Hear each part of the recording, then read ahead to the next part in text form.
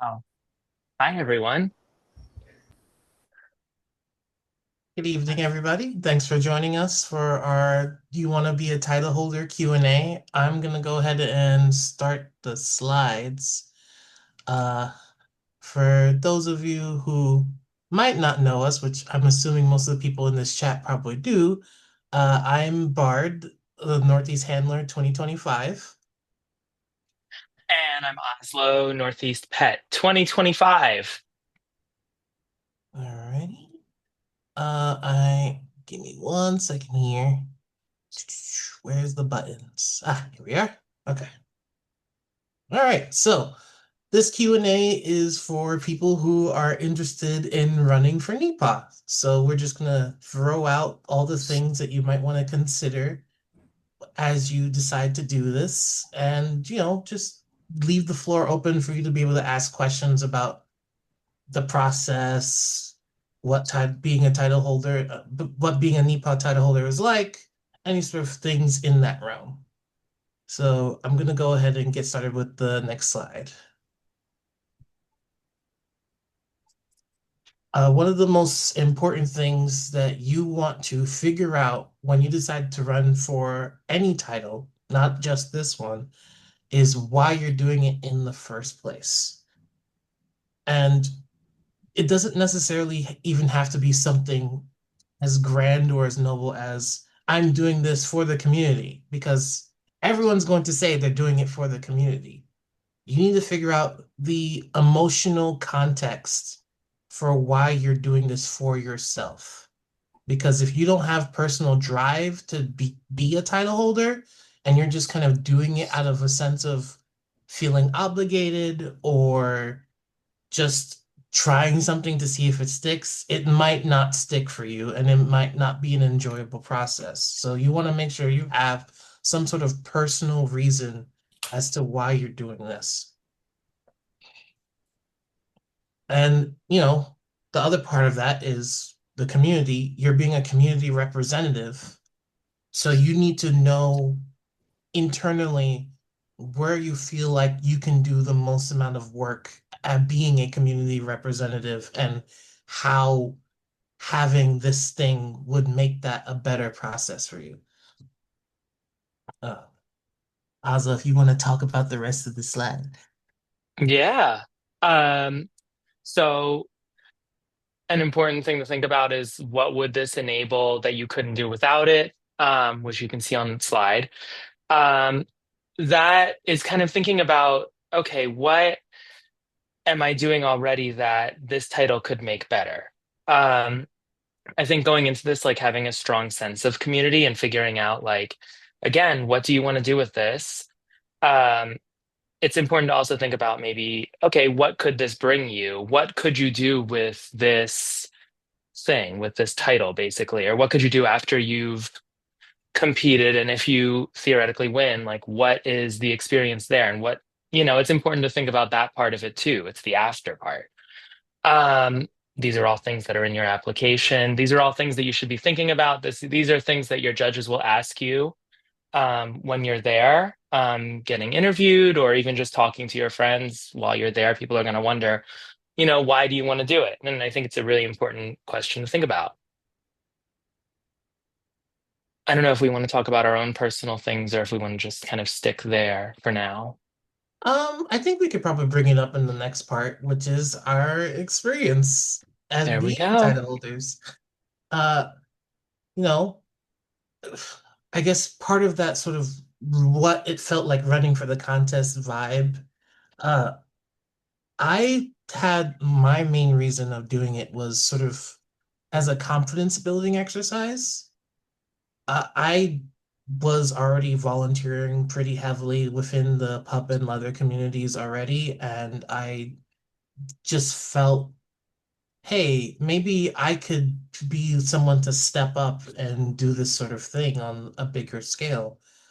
And one of the things that I say that this was in my speech, and it's something I tell people all the time, but one of the things that my therapist told me to do when I was suffering with sort of lack of confidence and feeling like I couldn't accomplish something was pushing myself to do something that I thought was hard. And no matter what the results, doing it anyway, and that could help you build yourself up. And I think it did. I definitely am a lot more present and I feel a lot more capable around other people because of it. So it's something that I definitely would recommend, even if you don't win. Like it's just a valuable thing to just build yourself up with. Do you want to talk about that a little Yeah. bit, Hamza? Yeah. In my case, I had been to Northeast Pet the year before, and I sort of talked about like, oh, I'm kind of starting to do these things at home. And I spent the year, or we spent the year, cultivating a bigger pet community in Philadelphia and creating these community nights. And I thought, wow, wouldn't it be fun to see what this is like on a larger scale? Like be able to travel to all these different pet events and see how they do it, learn from other people, things like that. Um, so a lot of my why was kind of like, oh, how can I get even more involved with community? How can I learn from others? And I think it was also a bit about learning about myself and like becoming a bit more confident, learning about who I was as a pup, even though I kind of had that sort of down. I think I learned a lot this year. Um, and yeah, learning about how the greater community is and what that even is. Because I wasn't as experienced in like larger scale leather events. More for me, it was smaller community things a lot of the time. Um, I don't know, Rexy, if you want to talk about anything or if you're just here to observe. A little bit of both. The knowing your why is important. The my big reason was to be visible. I'm out, I'm trans, I'm non-binary at a lot of events. Before my title year, I was the only one there that was my own was that identity. And I wanted to run to be more visible for other people to be comfortable at the events that I was at. Yeah. Um, I guess yes, talking about what it felt like during the contest. Ooh, not gonna lie, it was stressful. Wait, that's in two slides, Bard. No, it's this one. We're on Is this one. it? Yeah, We're on what it this one? felt like running Okay. for the contest. Oh, it's literally right there. I'm so sorry. I'm reading like ahead to make sure I'm like on point here. It's all good. Uh, okay, coming back. Stressful, but it was a lot of fun. Honestly, I, as someone who grew up being with parents who are like, you're gonna get an engineering degree, this was like the closest thing I could get to like being a theater major. Because it's a lot of performance, it's a lot of like showing you expressing yourself in various different ways.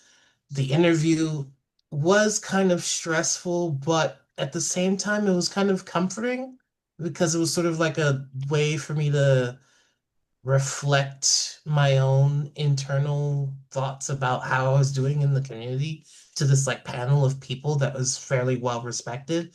And funny story about this, it turns out in the venue that we were in, which was the Providence Eagle at the time, um, in the place that we were getting interviewed, there's like a section or a room that had a separate door that was right next to where we were being interviewed. And in the middle of the interview, they found out that somebody was locked in that door. So they had to interrupt my interview and be like, "Oh, sorry, we're gonna like make a crap ton of noise because we have to get this guy out." I felt so bad for the guy. But I mean, I was able to bounce back from the interruption, and thankfully he was able to get out perfectly fine. So the experience of being in a contest, nothing's going to be standardized. Things are going to happen that you're not going to expect, and you're just pretty much along for the ride, and you just want to try and do your best throughout it. Mhm. Yeah. Yeah, I mean it's a lot of rolling with the punches, I think, during the weekend. It's really busy. What I remember is like taking like having to find time to take little cat naps because I was like constantly moving from one thing to another. Um, but also it was really, really fun. Um, it was really cool to be on the inside of like all of the things that were happening around us because I had been before and I'd seen the classes and I'd seen, you know, everything polished and on stage, but then seeing like, oh, this is what a sound check looks like. Oh, this is what like this thing is. This is what the interview feels like. It was really cool to be on the inside part of that and to really like immerse myself completely in the contest. Um, and so yeah, there's always going to be like the little things like that. I think mine were more just like, I need to sleep, or oh, somebody got lost and I need to find them, um, which was a crazy moment. But it was a really, really great experience, despite like running around the entire time and like being on the whole time. It was like really, really fun to just be there and be in it and like participate and be the person that people were like looking at the whole weekend to say like, oh yeah, that's me. I'm competing, you know? Yeah. Yeah. I'm gonna jump in and say you are competing for a pet contest. In the past, somebody had a critique of getting them ready for the contest that it felt like he was getting judged as a person. You are getting judged as a person. Your personality, what you do in the community, your community involvement makes you who you are as a pet, as a title holder. So questions about your job or questions about what you do in the community, that type of stuff will get brought up. It's you as a package, not just you as the pet. Yep. Yeah, absolutely. Do you, Oslo, you can go on Should I? the title. You can go on the next bit. You can Okay, go so being first. the title holder during our year. A, it was really fun. Um, that's first and foremost. It was really cool. I felt a lot of personal growth, which we talk about in the next bit. Um, but you get to travel, and there's things that come with that. You get to see other pet events, you get to go to other leather events, rubber events, et cetera, et cetera. Um, it was really cool to see everything and to feel a little bit more, again, like I'm inside more of this. Like I get to see, I know how this contest works now because I've done it once before. And that was really fun. Um, it was busy a lot. Um, I personally took a lot of time to travel, and it was really cool to do. And me and Bard got like even closer than we already were, which was really rad because we traveled together so often, which was a great cost saving measure. And that's something that's really important because when you're traveling, like, yes, you do get a bit of a travel stipend, when you win, but it only goes so far. So any little bit to make it go further is really important and good. So traveling together is one great way to do that. Um, it was also busy. I was busy a lot because I was moving around a lot. And so it became a lot of trying to measure my time and make sure that I was still spending time at home with my people and like seeing my friends while I was like out here making all these new friends and all this new community. Um, overall, I felt like uh, I learned a lot about how this world works. And I feel like it was really like a huge stepping stone to be able to go out and do all this stuff and meet all these people and learn about all these different events. And, it all started here in Nepal where I like actually competed and learned about what everyone goes through on these weekends.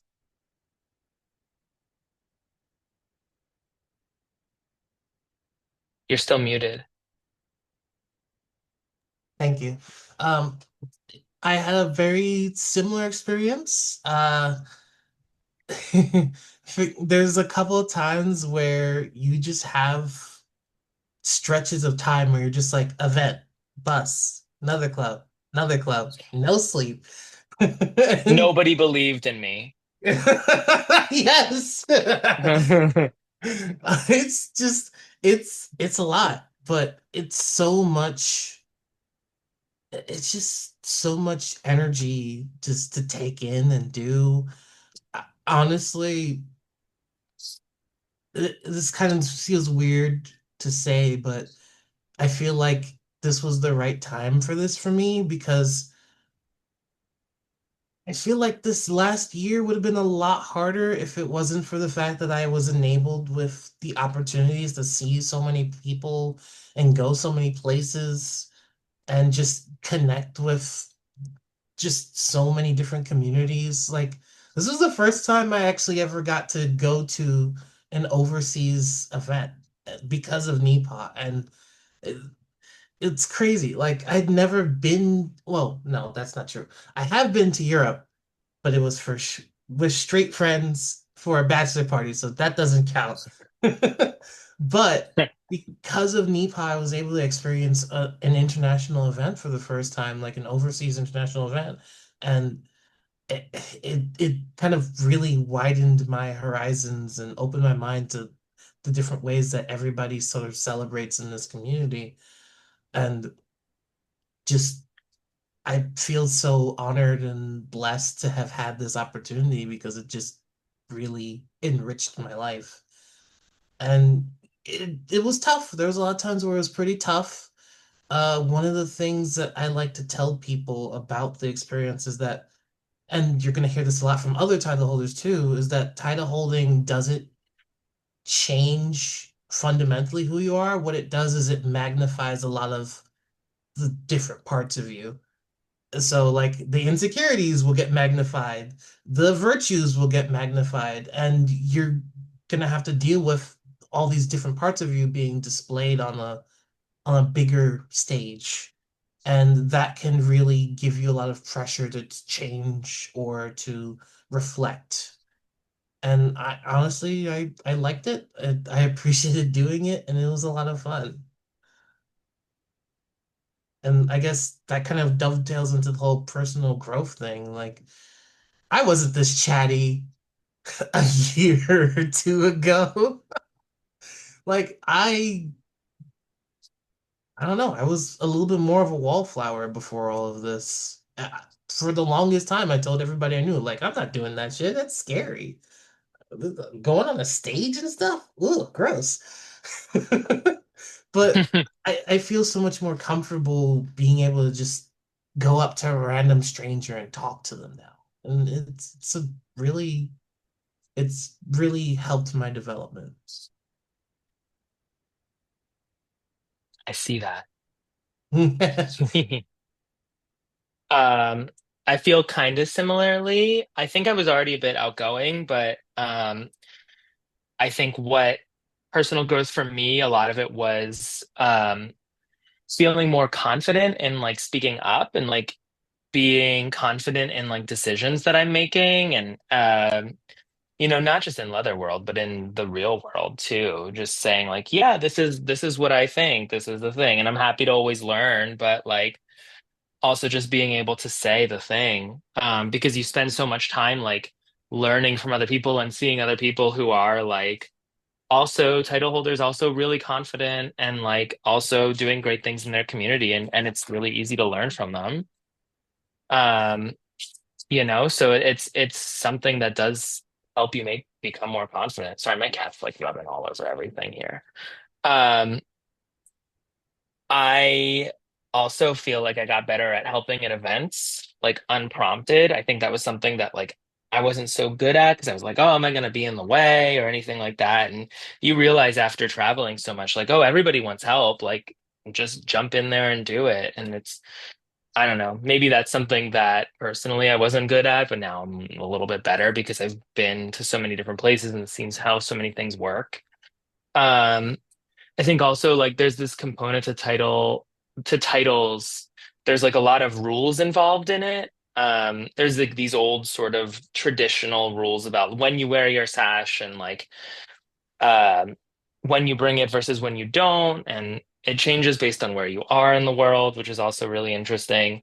And at first, I remember we were both, I think, so like nervous about like, oh, I don't want to do anything bad, like I don't want to make a mistake with the sash and have people like look at us or anything like that. And you kind of come to the realization that like, hey, you can learn those rules. They come like you learn them on the fly and you figure out how to work within them, but also it makes you again more confident in like making a decision that you feel is right. And ultimately it's your year, so you do get to represent how you want to represent. And that's also maybe something that I learned is being who you are is really important. You want to be like a good representative of the contest and a representative of like this region, but it's also learning to make those decisions for yourself and feeling good about them.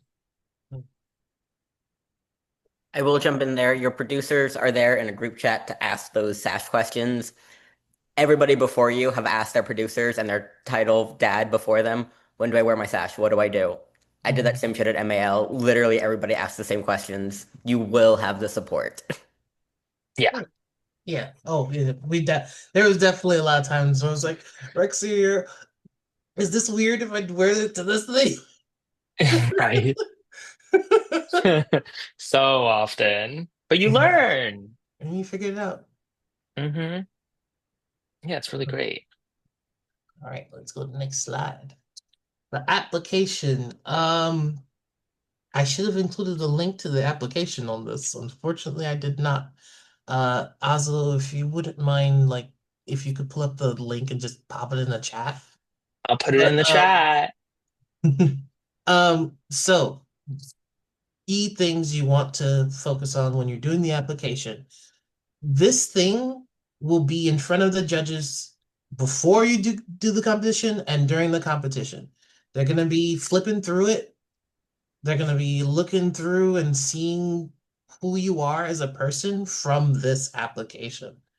So you want to tell this story, you want the judges to know because it's the first way they learn who you are as a person. The questions in there are mostly focused on like what you feel about certain things, like what is a handler, what is a pet, what kind of things do you do in the community, what are your kinks and interests. And so it's a really way to get a thorough snapshot of what kind of person you are going to be. And that's how they know whether or not you'll be a good fit for being in this role. So I guess I already kind of went into the what's a pet, what's a handler. So you want to think about that. That is something that you want to keep in the back of your mind throughout the whole weekend because in essence, you are presenting to not just the judges, but everyone there what you think a pet or a handler should represent and who you should be as that role. Um, and one of the things you want to also focus on when you're writing this is you want to strike the balance between thoroughness and brevity. There's these are going to be people who are going to have to read 2 to 10 of these and they want to get the details, but they also don't want to get a miniature novel. They need to be able to get through them at a good pace and not be drowned out by like a massive amount of detail. So you want to find the sweet spot in between like being really thorough, but also being thorough enough with your details that's not overwhelming. I Do you want to make think any comments on this one, Azal? yeah, I was gonna say I think just like piggybacking on that, after having judged a contest, like yes, this is also important, but also like this is the first time that your judges get to see like meet you basically. So I think it's really, you know, you want to get the application in, get it in. That's really important. But I think like finding a way to introduce yourself before they even meet you is really important because like, you could write one sentence for each answer and then um, we don't know who you are when you walk in. So we have no idea like what to ask you about. And like I think it makes the interview a lot harder. If you put things in there, it's like introducing yourself. It's oh, somebody has something to talk to you about. The conversation becomes a lot more dynamic when, you're fleshed out and you're introducing yourself like in a really, I don't know, a personal way. And as Um, someone who literally judged the contest like last weekend, um, they're gonna ask you questions based on what's in that application. So that's a double-edged sword that you want to keep in mind. If you don't want to talk about something, don't put it in the application. And if you want to talk about something, put it in the application because it's going to come up. All right, yeah. let's go on to the next slide. And I think keeping a solid idea of what you put in there, you Yes. know, Yeah, you probably want to remember remember it. remember what you put in there because You don't want you to might be get asked like, about it. you don't want to put like, my interest is in water sports, and you know nothing about water sports, and then you get a question on water sports. And you're like, what? Hmm.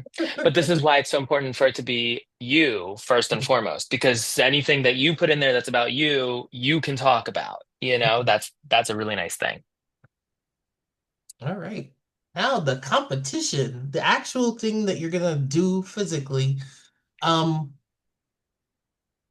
Top point from the beginning, from the moment you enter, when you meet your den daddies or den mommies or den parents, when you just walk into the building for the first time, just as soon as you exert your presence on the stage or anywhere in the contest, you are being judged.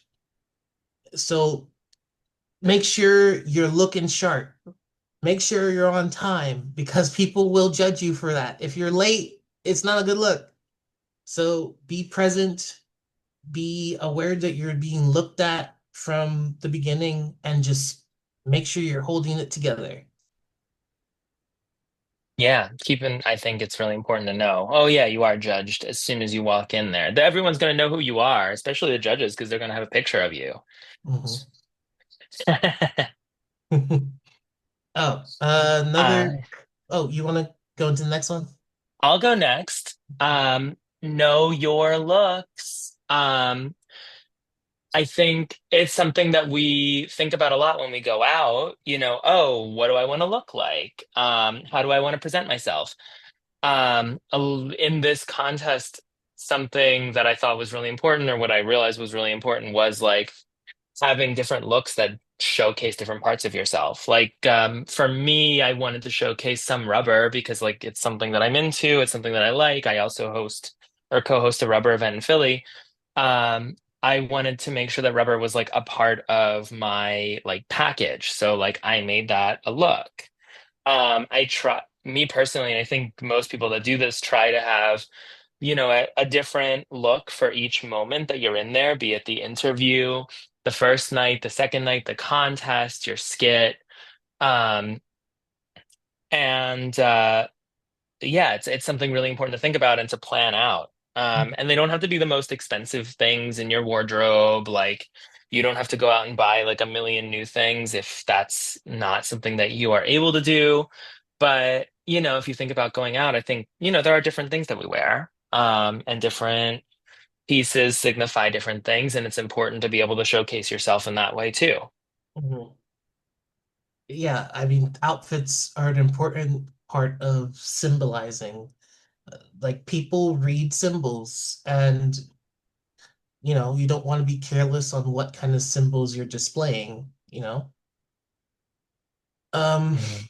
all right, so we're gonna get into like the meat and potatoes of Jumping each off of what segment. Oslo said, Oh yeah, go ahead. like reiterating, your outfits are important. Do not go into debt for this contest. Do not That go out yeah, and that buy full new leathers. If you want to, you can, but we've had people in the past make their own clothes. We've had people in the past who only have had a harness and shorts because that's who they are as a puppy or that's who they are as a handler. That's okay too. Your Mhm. outfits represent you, and however that looks and however much money you want to spend or you don't want to spend is valid and is okay. Ooh. another writer on that. If you have friends in the community who like Part. you share sizes with, it's a very good resource to be able to like just borrow stuff from them. Like for example, my entire leather family, we have the same shoe size. I didn't have my boots, so he had literally the same exact boots, so I borrowed them from him. So feel comfortable with sharing resources with your community because after all, you're representing them. So if they want to help you out, they can by just lending you stuff that you want to wear. Yeah. Just so meat and potatoes. The first thing you're gonna do Friday, actually, the first public facing action you're going to do Friday, because I don't remember the exact details of the literally first thing we do, is selling raffle tickets. On Friday night, there's going to be a bit of a like everyone get to know each other kind of social vibe. You're going to be seeing your judges in person for the first time. You're going to be interacting with the crowd. You want to sell them raffle tickets because those raffle tickets are literally the money that goes to your travel. Because so many of our co-contestants and ourselves sold so much money, I mean, I was able to afford to go to Europe. So you have very good incentive to sell raffle tickets. And also, it is a judged part of the contest. You're going to be judged on how good you are at selling to people and interacting with the crowd. And also make sure you sell tickets to your judges. Make sure you sell tickets to your Yep. judges. It's very, very It's important. it's the first interaction that you have with them. Mhm, And it's a really great way to introduce yourself and say, "Hey, this is who I am. Would you like to buy a raffle ticket?" I mean, it's demonstrating that you're able to sort of like go up and talk to people, which is kind of like an important part of this whole thing. mhm, Um, but also it shows how you work a room and how you're able to get in there and talk to people that maybe you don't even know yet. Um, because this is all like a lot of this year is spent meeting people that you may not have met otherwise. Yeah, yeah, so the very first thing on Yeah. Friday night will be a contestant meeting with yourself and your den parents, and it's a little bonding moment, and you also get your schedule for the weekend. mhm, Selling raffle tickets, your judges do not have to buy them, but like they had said, you need to talk to all your judges and offer it. In general, fundraising is its own separate thing that has some math score to it. Your judges are judging you in lifestyle. Lifestyle is that big, vague concept where it's what you wear, how you interact. If anything happens in the telegram and a discussion comes up that isn't so hot and you're not kind to your other contestants, that will go into lifestyle. Lifestyle is mhm. kind of your catch-all. How you interact with the mosh is there too. And for more questions about lifestyle, if you have any specific, we'll get to those at the end. Yeah. Okay. Yeah. Yeah, good. No, we didn't put the mosh in here. Oh, shoot. But we should talk about that. The mosh is kind of an important part of this whole weekend. I'm sure we've all been to one before, or if not, like it's important to be sort of refreshed on, what the general rules are for the mosh, how to interact with other pets, how to interact with people on the outside. And it's something that showcases who you are as a pup or as a pet. And what you do in that space. It's a big part of lifestyle, and I think mosh is it a separate judging criteria? No, it's not. Okay, but it's a lifestyle, and that's really important.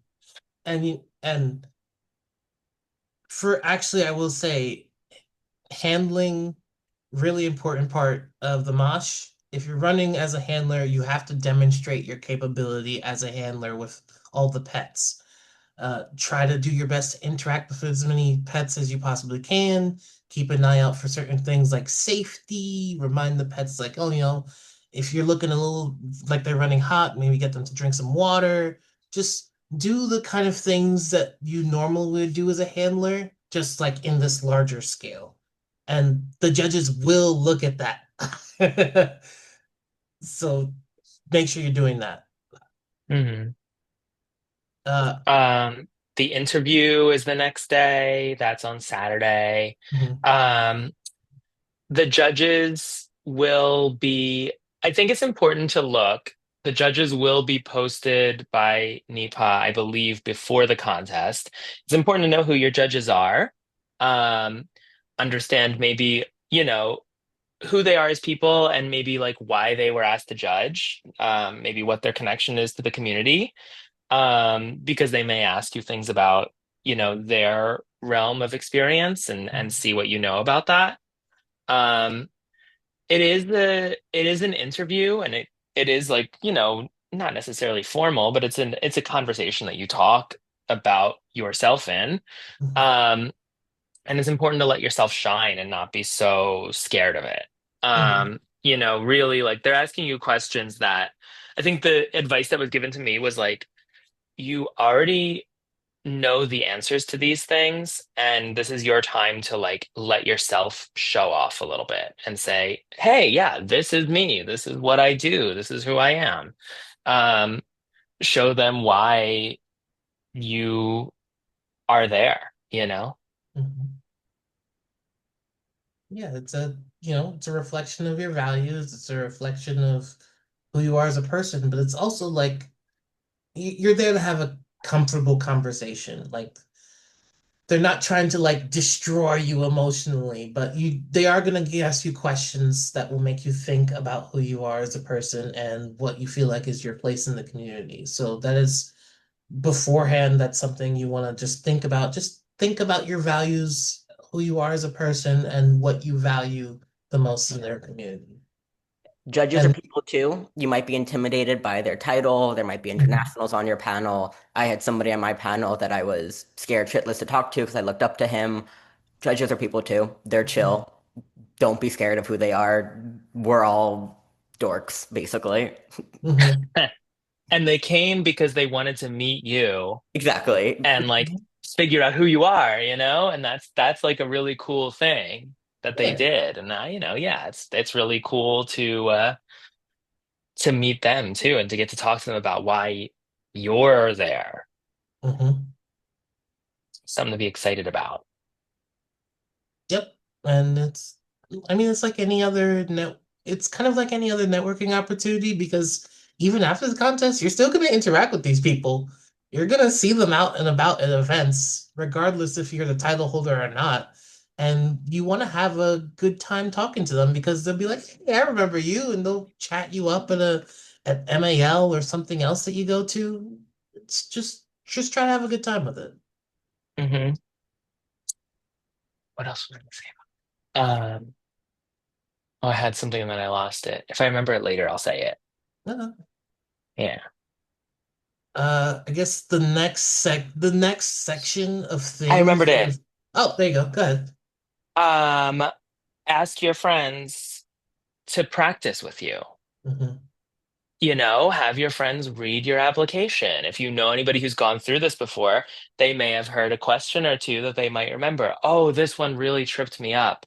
Like being able to do that with people it's a great practice. It's something that really can help you succeed when the time comes to actually be in front of people. Hmm.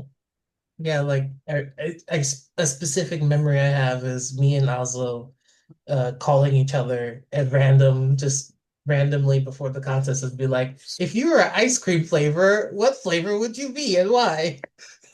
Just goofy little questions we were asking each other just to like sort of get in the practice of like talking to people about random questions, you know? And it doesn't have to be super Yeah. serious, but another thing that is extremely valuable if you have any kind of ability to like chat with someone who's a title holder already, or be careful because judging, you don't want to have previous interactions with any judges before your contest, but whatever. Just talk to people about, hey, do you think maybe you could help me out in terms of like practicing for the interview? Maybe you could help me set up a mock interview. A mock interview is a very useful thing to do because it sort of helps you practice what that mindset is like before you actually get to the contest. So if you can find the people to talk to about it, it's a very useful thing to ask people help with.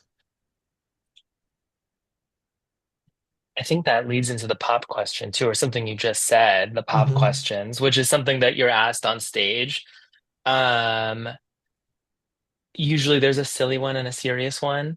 And I think and they're random, they're pop. They're meant to be like on the spot. And yeah, it's a little nerve-wracking, but you can have fun with it. Hmm. Um, and that was also, I think, a way we practiced our pop questions was just sort of like we would call each other and ask like, oh yeah, what would your ice cream flavor be? Or like, oh, what is your ideal kink scene? Like what's something that you want to do that you've never gotten to do or something, like you could think of so many different things.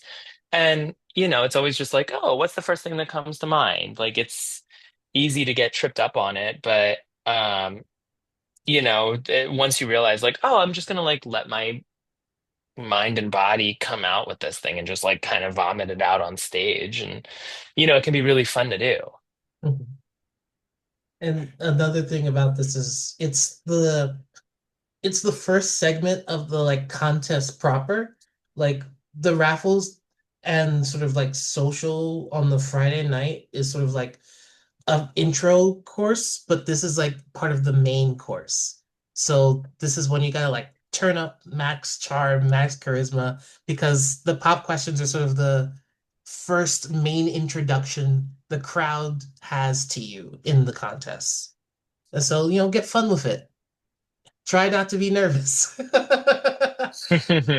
But no, even if you are nervous, just do what you do what you can to just be as you as possible. The next section is my favorite section, which is the skit slash scene. This is very like open-ended. There is a certain amount of time you're allowed to have for the scene. I believe it's 3 minutes, 5 minutes. Was it 5 minutes or 3 minutes, Rexy? Do you remember? I'm gonna double check right now. Okay. It's in the rules, as It's far as in I the know. rules. But basically, this is your opportunity to show creatively what kind of kinkster you are, what kind of pet, what kind of handler you are, and just you can go all kinds of directions with it. Basically, it's sort of like a theater person's dream. Like you make something fun that people are gonna love to watch. As a sort of brief aside, I'm my name is Bard because I love Dungeons and Dragons. So of course my scene was a sort of like Dungeons and Dragons kind of thing, where it was like a little Dungeons and Dragons mini adventure. Uh, and also if you want to talk about your scene. Yeah, my scene was, I'm gonna say that first, this was the part I was the most scared of because I wasn't a theater kid. And I didn't really have a lot of experience crafting things like this. So I was super nervous. And I did like a medley to a song I really liked, and I basically did a scene where I transformed into a puppy and then did a couple things on stage. Kind of like things I like doing when I'm in pup space. And I kept it kind of simple, um, which was good for me, but also like I wanted to highlight like, oh, who am I as a puppy? Um, what am I doing? Um, and yeah, after I did it, I was like, oh, that really isn't as bad as I think it is. It's really just uh not coming from that world. I didn't really know a lot about it. But um it was fine. And I think what I did showcased who I was, because it was a song I really liked and it showed off sort of like the other side of me, maybe like a little bit of the human side and a little bit of creativity, and then worked into puppy. 5 minutes. It's encouraged to have pre-recorded audio. You cannot use a microphone. Cool. A big tip on just like when you're crafting your scene, the focus should be on you. Uh, Anyone who's helping you with the scene, which I believe you have a maximum number of people that can help you with the scene. I think it's two. Two. Two. There we go. Um, they're there to help you show people who you are. The scene should be focused on you. Try to format things that you're not outshone by the people that are helping you with the scene. The focus should be on you. And also, remember that all these people are coming in to watch like this contest, making it fun, making it something that people want to watch. It doesn't have to be showy, but like I think the idea of like not letting things drag on and kind of like making it something that people want to watch is something that it can be important.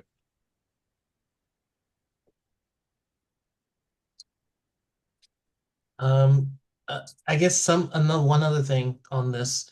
Um, There sometimes people post their scenes when they're not as risque on the internet.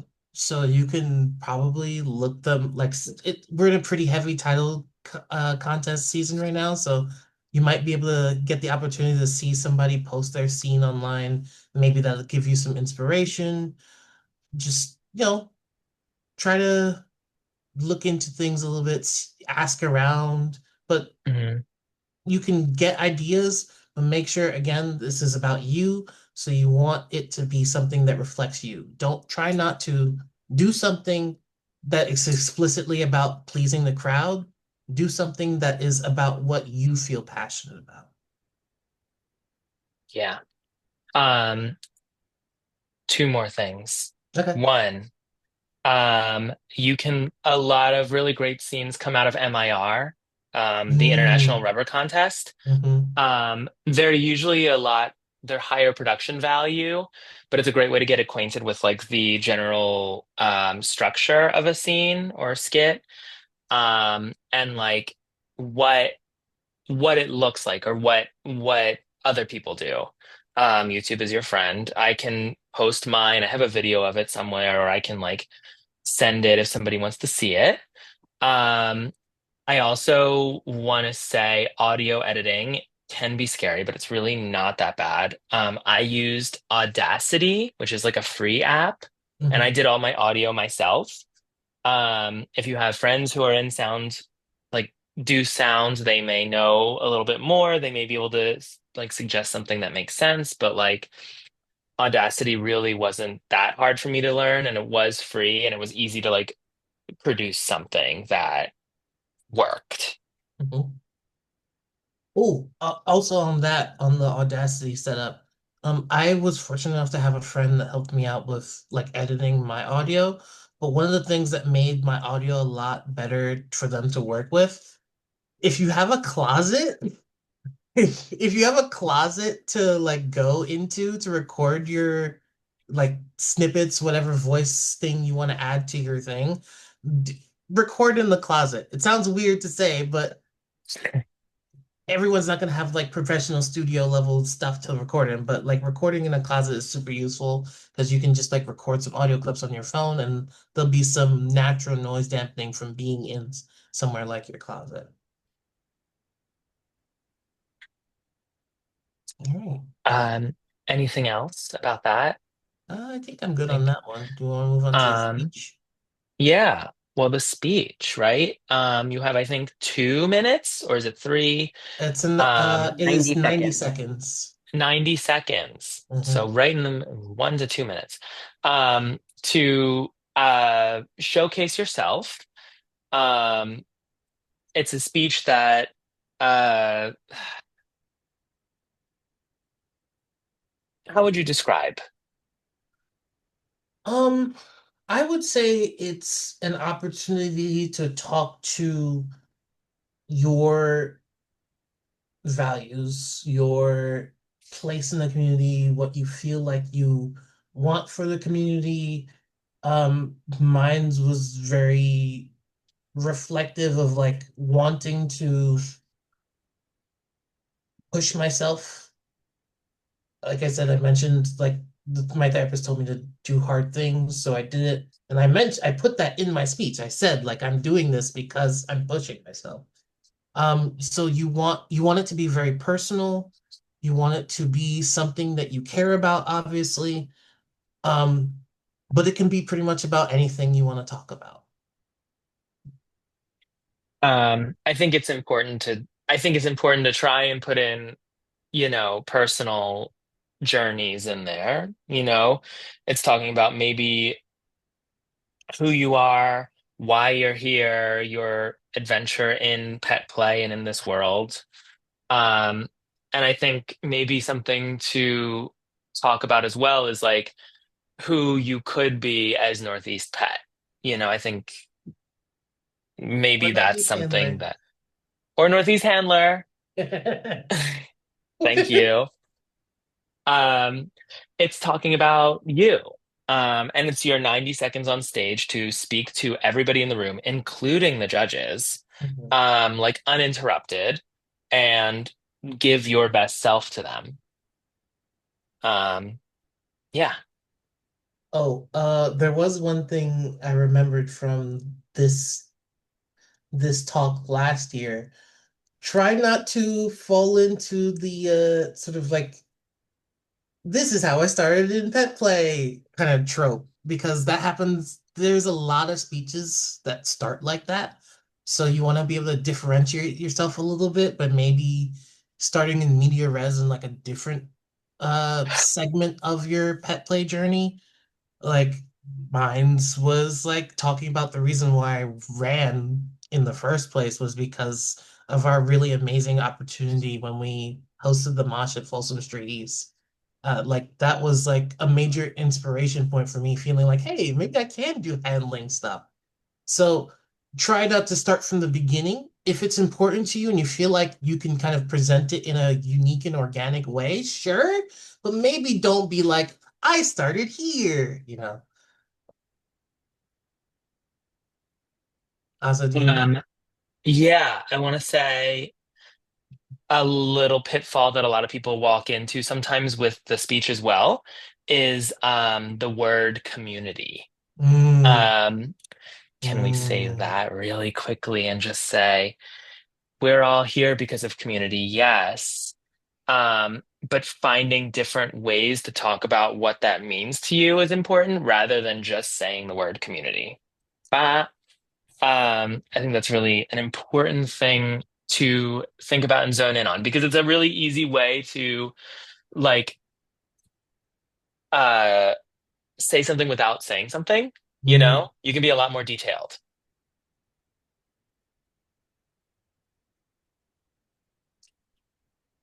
Yeah. mm. Anything else about speech? Rexy, do you have any tips? Any idea? No? Okay, cool. Well, I guess the biggest part of the competition is that it's entertainment. We're here to have fun. You should be having fun while doing this. Try your best to have fun. It is stressful, don't get me wrong, but you want to get an enjoyable experience out of this because regardless if you win or lose, this is a formative moment that you do with a group of people. Like you, Yeah. honestly, one of my favorite people, Furno. I love Furno. Like, I wouldn't have been good friends with Furno without this opportunity to participate in the contest. And it was just really fun getting to do it with them. Just, try to like have camaraderie. Like you're going through this big thing together. You want to be able to like enjoy it with each other. Yeah, you make lifelong friends here. Hmm. It's with your co-contestants, it's with your den parents, it's with the producers, it's with other people who attend the contest. Um, and it's a really cool thing to be able to do. It's a really great opportunity to meet other people that maybe your paths wouldn't have crossed without this moment. I also want to share that I wrote this on my little cheat sheet here. It says, "You're the star when you compete, when you're competing." And I think that's like a fun thing to get to experience, It's part of the having fun. The people know, oh yeah, you're here. You're one of the people competing. Oh my God, what is that like? And like, I don't know, everyone knows who you are when you're there. And that can be a really fun experience. It's really cool. it's a really cool thing to get to do, and everybody is there to see you, you know? So it's, I don't know, I think that was fun anyway. Okay. I guess, wait, hold on. So this is the question and answer segment. So we're gonna open the floor to people. Just feel free to ask whatever you would like to know that wasn't discussed, or, just let me know if you have a question. I'll break the ice with one. Alrighty. Um, for both you, depending on who wants to go first, how did you guys find a balance between your title connections and your interpersonal and your personal pre-existing connections? So you should probably go first on this one. Okay. Um, my interpersonal connections grew a lot with this. Is what I'll say first and foremost. Like a lot of the people that I met this year became like close friends. And so, my community at large grew immensely. Um, in doing so much travel, you realize like very quickly, oh wow, like I'm not spending a lot of time at home. And so I'm also like, I'm poly. I have a partner at home. I have a boyfriend in DC.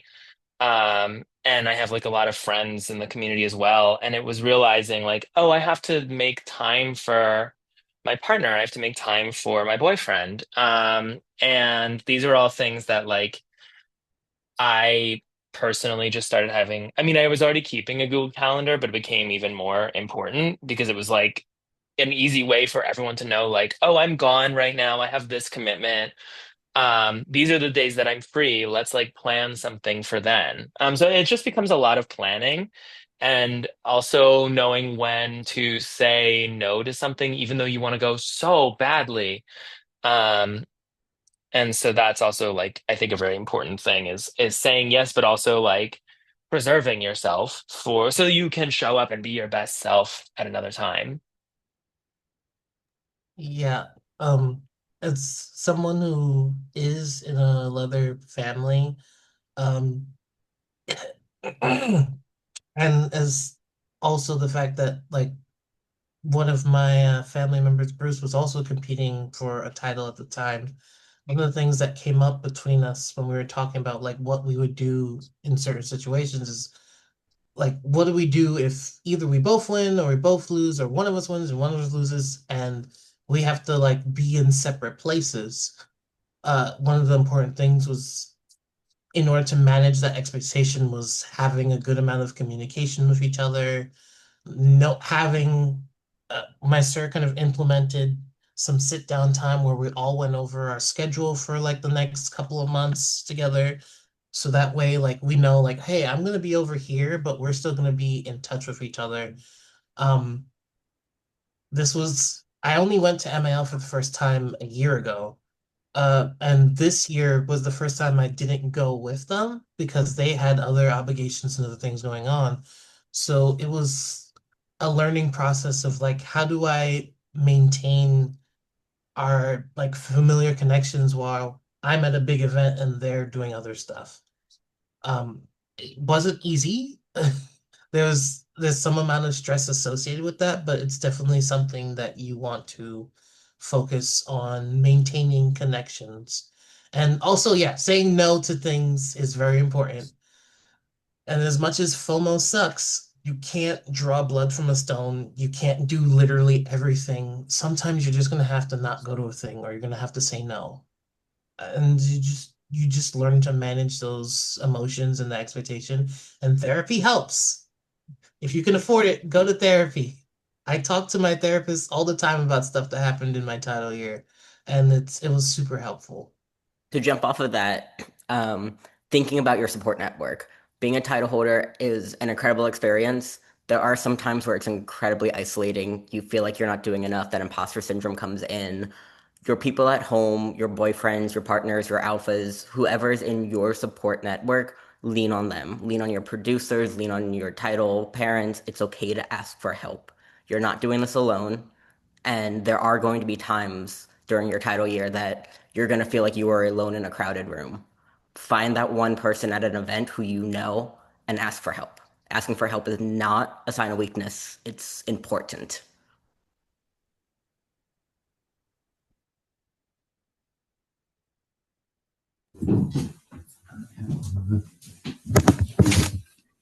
So I have a question regarding the fantasies. Would it be advisable to have a like potential just if something would be salacious to include trigger warnings and like the dialogue just beforehand, just to enable people to have that opportunity?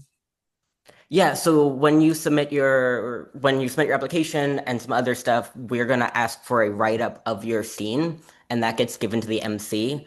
In years past, if there is something that you need the MC to announce, put that in bold, and we will add that to their script so that they know before your scene.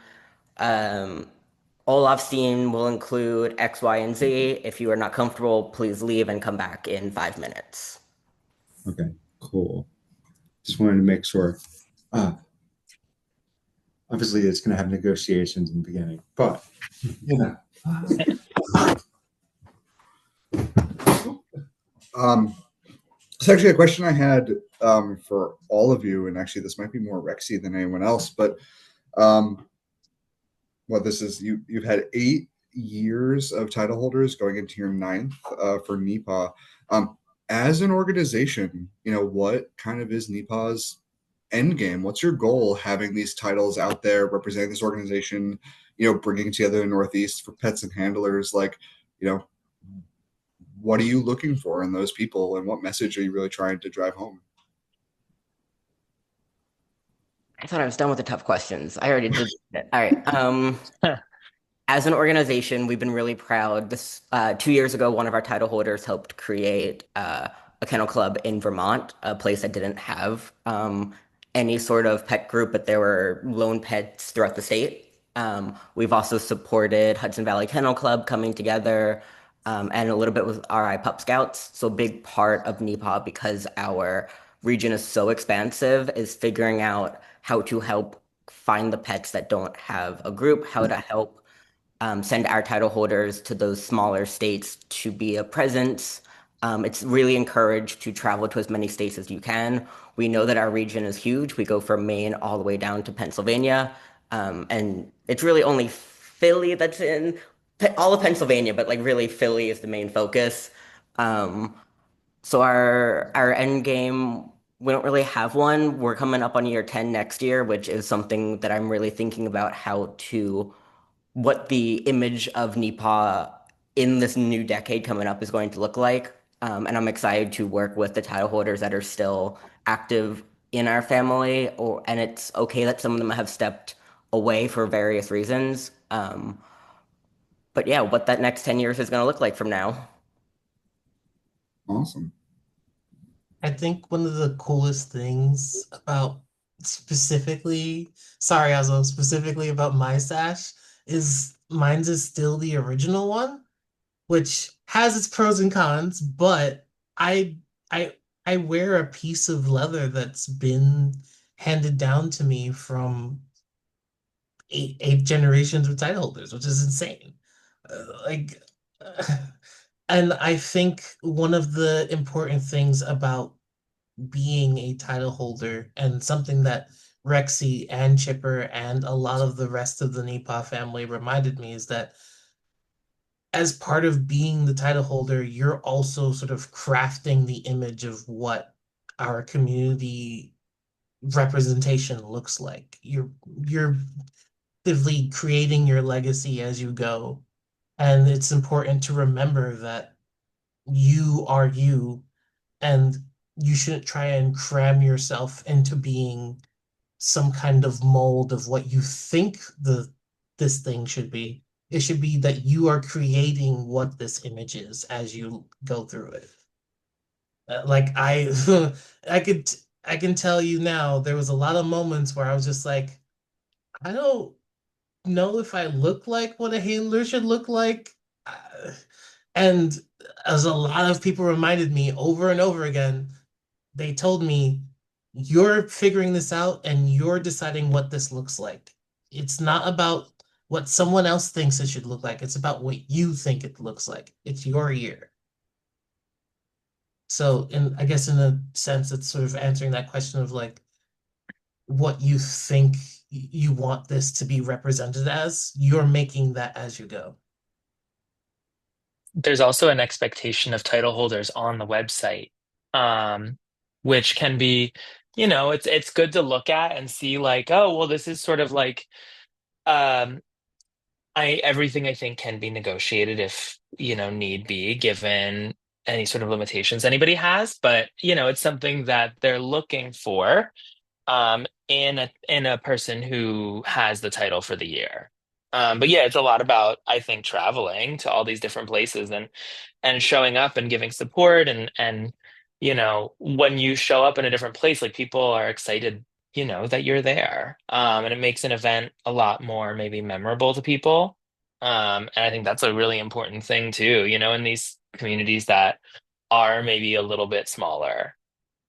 It does Or remind me just that I updated the title holder expectations for these two upcoming title holders, and that'll be something that will be discussed with your producers in your U1. Here's what to expect. But going forward, we want each title holder to hold at least one virtual class, roundtable discussion, Instagram live, something, because we know travel is expensive and we know our region is huge. So doing something online is a lot more accessible for yourself, your time, and our region to attend. So that is new and improved for this upcoming year. That's awesome. Thanks for the very thorough response, you three. That was awesome.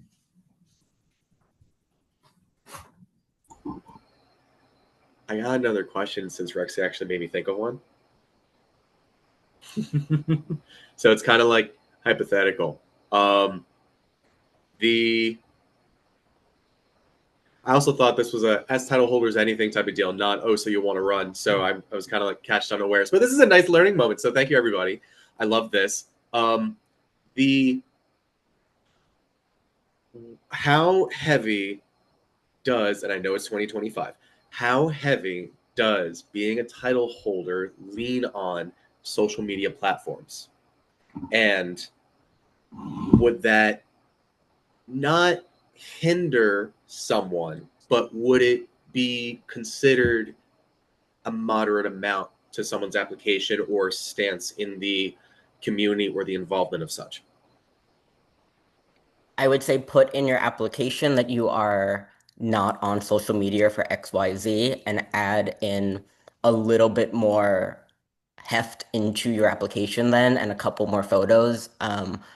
Usually your judges will go looking for you. They're not going to tell you, but usually they will just take a scroll, see what they see. Um, but I do know that in this current 2025 and with Meta and with a lot of things, people are moving away from social media. So that is a case by case basis. The hard part is a lot of these smaller events you only find out about through Instagram or through, unfortunately, Facebook still. So that is a tricky thing to balance of your own personal values and what everybody is doing. Yeah, I'll add, I think a lot of things that I learned about through the year were through some form of social media. It's also maybe sometimes where you figure out um, where if there's like an event where there's like a title holder, maybe recognition, a lot of the time those things are done through social media, which makes it difficult if you don't have it. It's not impossible, but it's something to be like more acutely aware of, like how you're going to engage with that part of the community and how you're going to engage with the community at large, I think.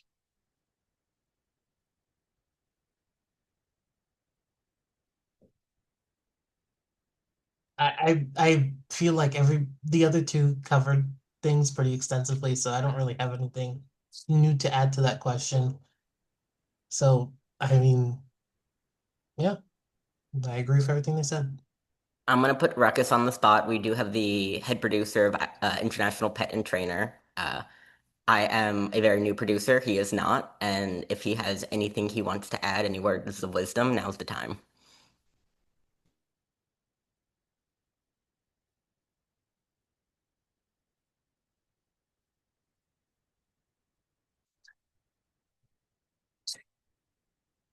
Or not. Okay, there it goes. No, sorry. I was trying to unmute my microphone. I'm really sorry. I just got done walking my bio dog. So, no, that is a very good question. Also, it's very nice to see Jax, and I love you a lot. Um, no, so Bard and Oslo, like and Rexy, have said really, really insightful things and very accurate things. Um, but in terms of social media, I will say that it can be a little bit difficult, especially if people want to contact you for judging or staffing opportunities. That is generally some of the easiest ways for people to find you, and contact you. And, like, so there is that. Like, that's my biggest thing about social media. So, like, I'm on Facebook, I'm on Instagram, but I'm really not super active. Like, I'm not a big fan of it, but I will say that, like that makes it a little bit easier. But to be a bit more general about like contest culture, and I joined when I think Bard was talking about like fantasies and whatnot, and then it went into speeches. And so what some people do is they can connect their speech to their fantasy. They have an overall theme, like for the whole weekend, like a message that they want to send. um, your fantasy can have a message. It doesn't need to have a message. Both are very, very nice. It just depends on the message that you want to send in general. And I really liked what Oslo said earlier about sort of like you being the star, like you're the star of the show. People are there to see you. And so the best advice that I can give is just show up authentically, because if you don't show up authentically, people are going to see that very, very clearly. um, and don't lie to your judges. Like, don't be dishonest in your applications, because I feel like Rexy said this like just now, but like they will go looking. So if you say something in your application that's not true and they see something different on social media, they will ask you about it during the interview. And while interviews can be uncomfortable, they shouldn't be uncomfortable. And your interview should be more of a conversation with your judges, but keep in mind that you are also interviewing for a job. Um, and when it comes to prioritizing personal relationships and title life, they can kind of commingle. And title years can make or break relationships, unfortunately. You can lean on the people around you, but your bonds can be a lot stronger than when you went into your title year. Um, and honestly, it just really comes down to communication and trust, and that can be really difficult. Um, Another thing that can be hard, so since I do produce international puppy and trainer contest, I do see a lot of couples that come in and compete, like as a couple. And a really hard truth that sometimes happens is that one person wins and the other doesn't. So I would do a lot of inner work about that and really think about what that would do to the relationship if one of you won and one of you didn't. Um, yeah, I definitely have a lot more, but those are the highlights that I can think of. And, I'm also thinking about this from an international like perspective, but also keep in mind that I was the contestant, one of the contestant den parents last year. I got to see Bard and Oslo shine, and that was just really lovely to see.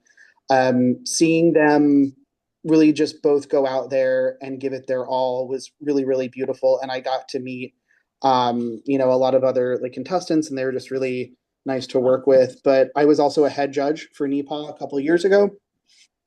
So I've been on both sides of the table. I was also Mid-Atlantic Puppy 2017. So like I said, like I've been there in multiple like capacities. And so yeah, if anyone has any questions, I'm always happy to chat. I'm always happy to give advice or just be a sounding board. I can't give exact feedback because in total transparency, Rexy is my beta. So we are in a relationship together. But no, I am always here like as a listening ear, and I just love titles because we get to celebrate each other and we get to show up for one another. And it's a beautiful thing when you challenge yourself. And yeah, and it's gorgeous. And I just love pets. And handlers are cool too, but I just really love pets. Um, yeah. Anyway, everyone's gonna do a great time or do a great job, and I'm proud of you already. And I'll see you that weekend.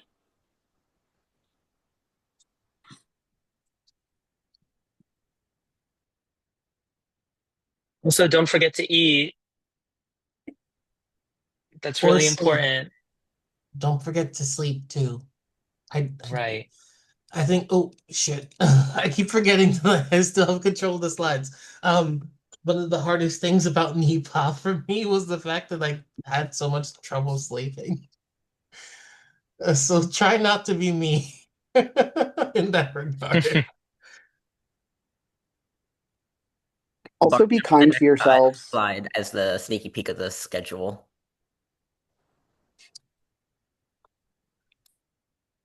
This is Oh, getting published Oh, tomorrow, but there to the people here, look at the schedule. schedule. I'm so excited. And just kind of rebroadcasting what Ruckus was briefly mentioning. Be kind to yourself. It's a tough process. Uh, be gracious. Give yourself an opportunity to recover from things. Try not to beat yourself up too much because again, it's tough, but you'll get through it. Yeah. Any other questions? I took myself off camera because dinner arrived. However, um, sorry for hopefully not a hard one, but what's been the worst part of your title year? Whoa. Uh, Um, I Rude. think for me it was the timing. It was just like making time for everybody. I've been very, very go, go, go. And my dad has had some health issues this year, and it was there were some tenuous moments where I was like, I don't know if I can do this thing or this thing. Like I was still very solidly like, yeah, I can still be a representative here, but there were moments where I was like, oh, I don't know if I can make it here. And so I think a lot of it was just sort of making sure I had time for everything and also making time for myself. I think my hardest thing was probably dealing with FOMO. Um, I, you know, like anybody dealing with the current era and day and age, had some financial troubles. I couldn't go to everything, or other things in my personal life got in the way of me being able to do certain events. And sometimes I committed to an event and saw somebody doing something else and just was like, fuck, I wish I was there. But, and that's just gonna happen. You can't be everywhere. You can't afford to literally do every event you ever want to do. So you just have to be able to manage your expectations. And one of the things that helped me a lot is whenever there was a time where I couldn't go to some big event, I would use it as an opportunity to refocus on either myself or re up on the friendships that I had around me, that like people I hadn't seen in a while, or just having a night of just vegging out with some friends, some local friends. You're not going to be able to do everything. Even even the things that you set as goals for yourself during the year, sometimes you won't be able to do it because you just don't have the time. So you just have to learn to find ways to recover when you're dealing with missing out on things. I am extremely hard on myself. I hold myself to way too high of a standard. So that was one of the hardest parts of the title year for me was not meeting my own very unrealistic expectations of myself, and also comparing myself to the title holders around me. You get really close with like your class. So like I got really close to Finn and Dan Bear and TK because we were all in the Northeast and we all had a title together and we would see each other at events and we were on panels together. But I was judging what I was doing in comparison to other people, which isn't fair because I am not them and they are not me. Um, and accepting that not every event is going to go great. I have a track record of having really good events and really bad events for my own personal reasons. And some events, you're going to feel shitty, sick, left out, all those terrible emotions. And they're kind of heightened when you are a title holder because you feel these expectations on you. And it's okay to just go back to the room, close the door, and be like, I'm done. I'm done talking to people. I'm done seeing people. It's time to go under the blanket and have a pity party and then go back.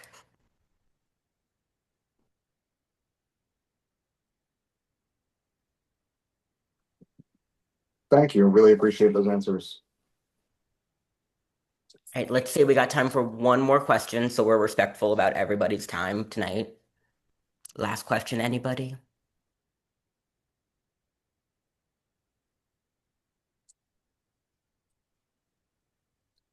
I don't have a question, but I have a piece of advice. Yeah. My big piece of advice is never commit to anything without someone sending you the details first. I apologize if this has already been covered, but you're going to have, so like, regardless if you win or not, people are going to come up to you and ask you to come out to things, invite you to judge, invite you to staff, just like want you to come out to their events. The best thing I can say is don't commit to anything. Give them your contact information. Say that you'll check your calendar and then negotiate the details that way. The other thing related to that is if someone's inviting you, do not be afraid to ask if your admission is being taken care of or ask what they can do for you since they are inviting you somewhere. If they want you somewhere, they can help you out. Yeah, that's it for me. All right, so get your applications in. Application closes September 21st. We want to see everybody on stage that wants to be on stage. If you have any questions or concerns, reach out to Bard in Oslo. You can reach out to me with some of those more technical questions. I cannot give any advice, look at speeches, any of that kind of stuff, but those more technical weekend questions I can answer. The contest is at 254, the bar in Philadelphia. We will be on the second floor only. All classes and socials will be at Tavern on Carmack. We have an unofficial victory party at Bike Stop, and the victory brunch will be at Iron Hill. And I see that that is the old schedule, which I need to delete off of my phone and get the correct one downloaded. So it's technically not a preview, so you're still good. All the times are right. There's just like still like address dot dot dot. Yes. All right, Bart Oslo, you got any last things to say? Have fun. And like Rexy just said, you can message us, and I'm happy to talk to anybody who has any questions or anything like that. Um, yeah, happy to help make it more fun, more exciting. Um, I just want everyone to have a good time. Yeah, pretty much the same thing. Just if you need help with anything, feel free to reach out and have a good time with it.